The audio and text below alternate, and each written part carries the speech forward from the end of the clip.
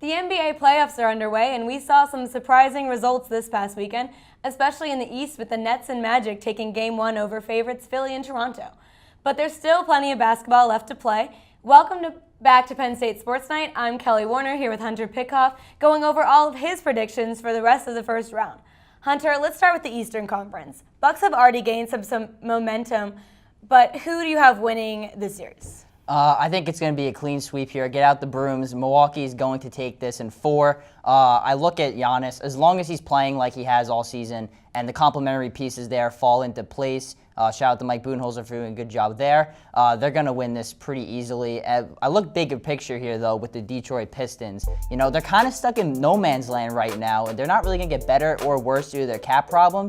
Don't be shocked if they trade Blake Griffin. He kind of had a revival season, so to speak, was an all-star this year, and for the most part stayed healthy. I would not be shocked if he's shipped within this next year or so.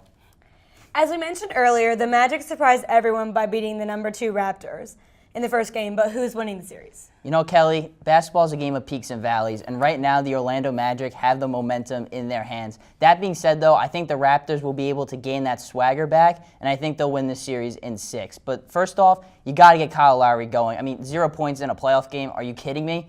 I mean, but he only shot the ball 7 times, and I think if he's hunting his shot a little bit more, I think the Raptors' offense will improve. And on the other side, yes, they were able to win Game 1, but Nikola Vucevic did not play well, and if he doesn't play well the rest of the series, guys like Marc Gasol and Serge Ibaka, they're not going to make it easy on him. I have a hard time believing that the Magic can pull off the upset. And another surprise we mentioned was that embarrassing start of the series for the Sixers. Do you think that the Nets will upset them, or do you think the Sixers can come back? I think this is going to be a close one, but with a Game 7 being in Wells Fargo, I think it's going to get to that, and I think the home team and the Sixers will pull it off. I think they'll make the adjustments. The biggest concern I look at is Joel Embiid's health. He's clearly not 100%, and if he's not playing at that dominant level, it's going to hurt this team. And I look at the three-point line and the free throw line. They can't guard the Nets. They had too many open looks from beyond the arc, and the Nets made all their free throws. And the Sixers can get to the line, but they couldn't knock them down. And if guys like J.J. Redick and Tobias Harris can't get it going from beyond the arc, Embiid, his post up, they're going to be double teaming him. They're going to collapse on Ben Simmons driving to the paint, and it's going to be very tough for the Sixers to overcome Brooklyn. You're absolutely right. Finishing off the Eastern Conference, we have Boston leading Indiana 1-0. Who do you have winning the series?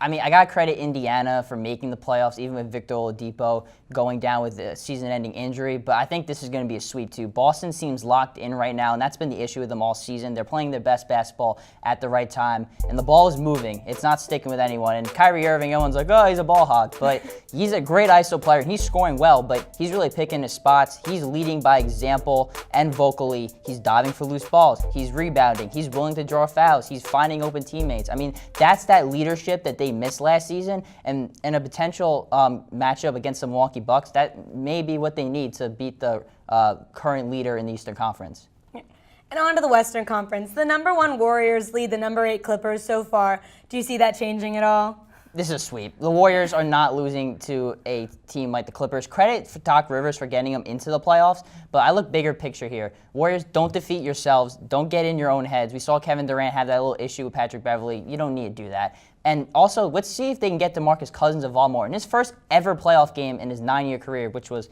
last Sunday, 4-12 from the field and fouled out. Not a great debut, but if they can get his confidence going and get him some good looks in the post, that's only going to add another dimension to this already lethal Warriors offense.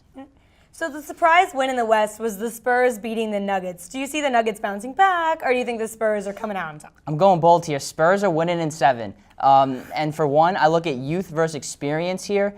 The Nuggets got their cage rattled a little bit. You clearly saw them falter down the stretch in Game 1. And the Spurs currently have the confidence. And Greg Popovich, he's been there before. He has the battle scars. He's been in the playoffs more years than I've even been alive, to be quite honest with you.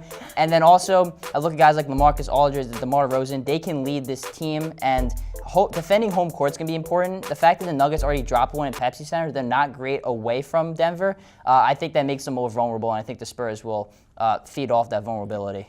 So after last year's embarrassing loss to the Pelicans, the Trailblazers are trying to avenge themselves.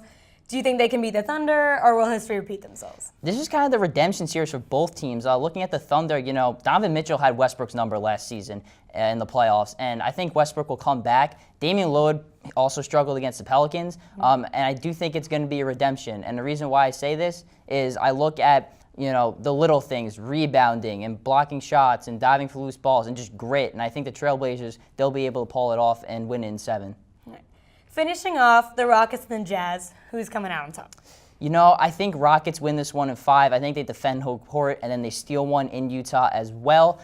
James Harden, as long as he does what he has to do, then they're going to win this. And I look at the other side, bigger picture here. Donovan Mitchell can't carry the load for the Utah. He can't be the only guy. They're going to have to sign someone like a Kemba Walker or Tobias Harris or Jimmy Butler in free agency. Otherwise, they're going to be stuck in no man's land too, and their potential is capped at a certain point. Exactly. Very excited to see how the rest of the round 1 plays out and which teams will be moving forward. Be sure to keep tuning in as we follow all the latest in the NBA postseason. For Hunter Pitcoff, I'm Kelly Warner. Thanks for watching Penn State Sports Night. Thank you for watching our latest edition of Penn State Sports Night. If you're a fan of our content, please be sure to subscribe to our YouTube channel for more clips. Also follow us on Twitter at PSSN TV and on Instagram at PSU Sports Night to keep up with the action. For all my colleagues, we are Penn State Sports Night.